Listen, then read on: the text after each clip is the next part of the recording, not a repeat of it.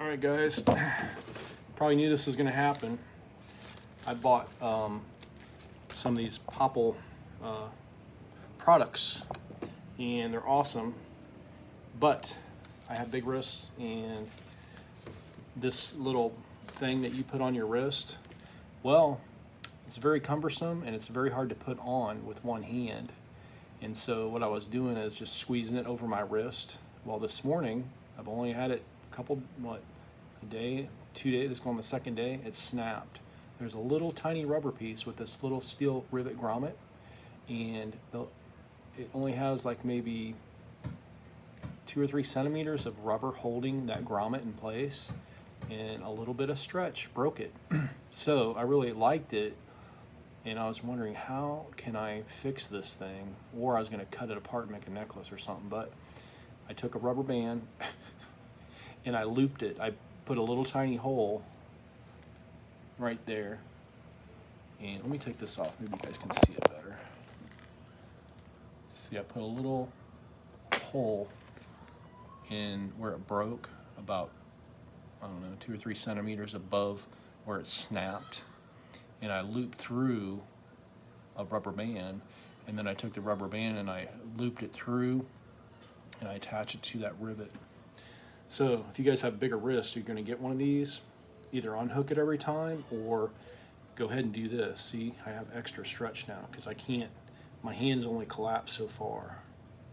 So if you're a bigger guy, and this is built for small hands, I guess. I was able to do it once or twice, and then the other time it snapped. And then you can continually, hopefully, replace this band. But if you guys are, anybody watching out there, please make these bigger for bigger people, with bigger hands, because this is not going to work for guys with bigger hands. Maybe make like make something you can attach with one hand. This device here, I don't know if it's just me, I cannot manipulate this little thing with one hand. It's too hard to push down and on. Maybe I'm missing something, but that's why I was trying to stretch it over my wrist. But anyway, other than that, they work great. I've got a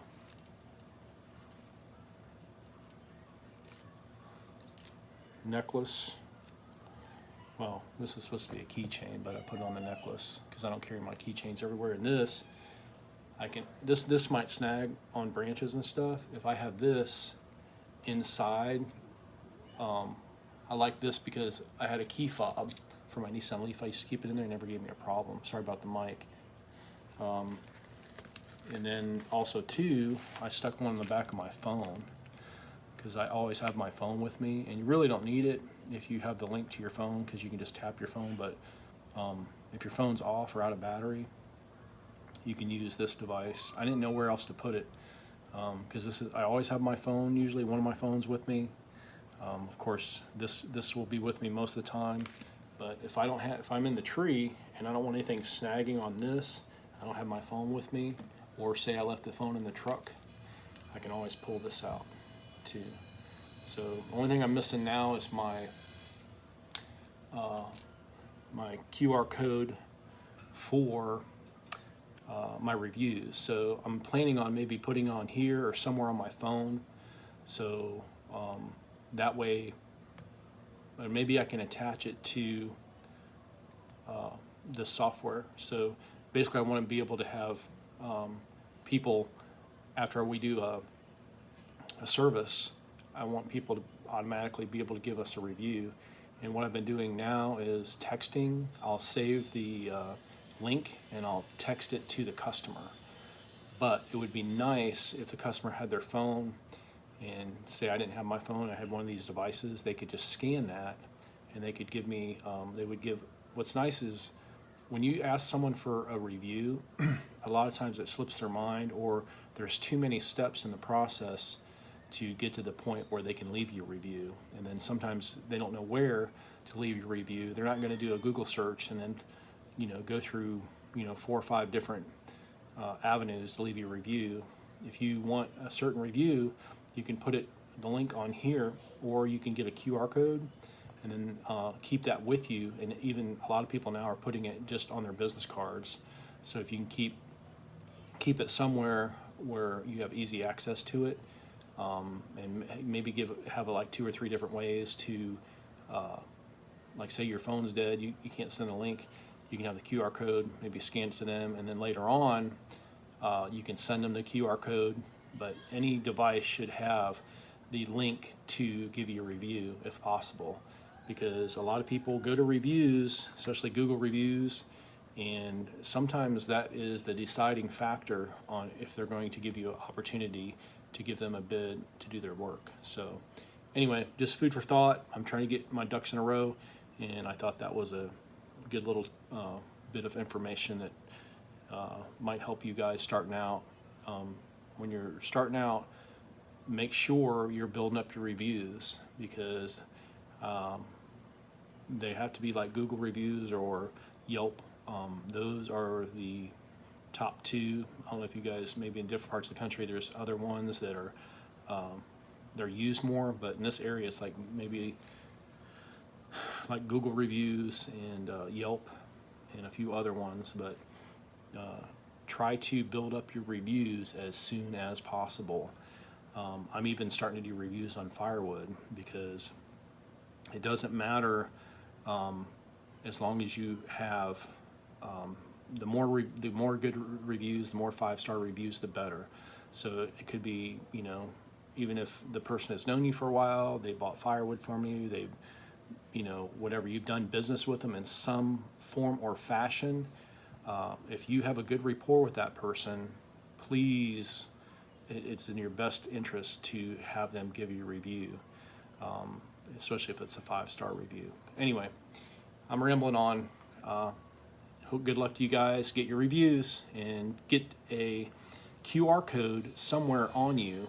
If you don't buy one of these, at least get some QR codes printed out and get your link somewhere in your phone that you can paste it and send it to people so they can give you a review, especially right after the service. This is the best time, because you're in front of them. They're more apt to give you a review and give you a good review directly after the service, because sometimes customers have buyer's remorse. Tree service is very expensive, and even though they're happy with the service, just like anything else, I don't care how good the service is, how good the product is, a lot of times people have buyer's remorse. So if they think about it for a week or two, I mean, just like you guys, if you buy a brand new car, you buy a brand new computer, you buy a brand new this or that, you're super happy when you first get it, and you're just ecstatic, and you're more apt to give that good review than a week or 2 or a month later. I mean, I think that's pretty common. So get that review immediately after the service. As soon as you're doing the transaction, okay, here's the check, here's the credit card, swipe that. By the way, can you, and always ask, can you do one more thing? Would you please do me a favor? And that's a good way to approach it. And they're like, well, what do you need? Because you're going to know at that point, if they're happy, they're going to give you a good review or not. The job runs smoothly, So I always do the review at the end of the job when the customer is very, very aware. I walk the job site. I point out, and that's a good time to point out all those little extra things that they might not have seen. I always pick up sticks or rake a little bit or do a little extra blowing. I point out, hey, I don't know if you noticed or not, but after we did a job, I blew off the roof. And also too, I seen that there was other things in your gutters and stuff. I went ahead and blew out your gutters. I blew off the entire roof. I know maybe you're older, it's kind of dangerous to be up there. You have a steep roof on the house. I went ahead and did that for you. That way it'll save you from doing it next time. Also too, we trimmed all the trees back, so you're not going to have that accumulation of leaves in your gutters and on your roof. So I went ahead and took care of it. This way, 6 months or a year, it'll alleviate or save you money from having to have someone come out and do that for you. So they appreciate those little things. It only took like maybe another 5 or 10 minutes. I always try to blow off the entire roof, and I try to blow out the gutters. I know it's kind of messy and nasty, but if you do it, I mean, of course, every job is different. You don't want to make a humongous mess if they haven't done their gutters in a long time and they're very particular about their grounds. You might want to ask first, because sometimes when you blow out gutters that haven't been blown out in a while, you create a huge mess. So kind of be careful of that. Also, too, I blow off all the eaves. I blow off all the windows and anywhere the sawdust accumulates, because that kind of leaves a bad taste in their mouth when you don't do that detail work. At least explain to them, like the other day I did a palm tree and I was really close to the window, and when I was cutting into the palm tree, it's real wet. It's almost like oatmeal, and it sprayed on the window, and I didn't realize how bad it was until I got down and I started cleaning up, and I was able to clean most of the window off, but they didn't have a hose and they didn't have a spigot available. I would have rinsed that down. So I immediately, when I got on the phone with the customer, I said, there is one more thing.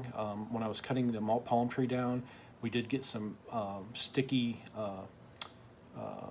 sawdust on your window. I would have cleaned it, but you didn't have a hose. I didn't have a hose with me, so I do apologize. But if it rains, it should come right off. But just be aware that when you come home, I did everything in my power to clean as much as I could, but you might want to rinse the window off with a hose when you get home. Those little things, those little details shows that you basically are aware of what's going on. If they come home and they look out their window and all they see is oatmeal splatter, they might be a little upset. So I always try to rake. It only takes 5 minutes. When you move your trailer, once you're done with the job, there's always going to be a little bit of dust or debris, something you might have missed. Always pull that trailer up and blow off the road, and do those last little bit of rakings. Always do a final walk around the job site. There's always going to be something little that's missed that customers are going to pick up on. There might be a little branch with leaves kind of like pried between the fence, and you might see it. You look over the fence and there's a piece of brush sitting there. There might be something that you blew behind the air conditioner. I mean, there's so many little things. If you just take, say, 3 to 5 minutes and do a final inspection and walk around, bring a rake and a blower with you, and maybe like a trash bag or something you can, a little bag, or even in your hands, you can carry quite a bit of brush and twigs in your hand. Just pick up those big pieces, do that little bit of touch-up work, and it'll go a long way. So anyway, thanks for watching, and good luck to you guys. If you have any questions or concerns, leave them in the comment section, and I try to respond whenever I have time. I go through it almost every night, and I go through the comments, and I try to respond to every comment. So thanks again, and we will see you on the next one.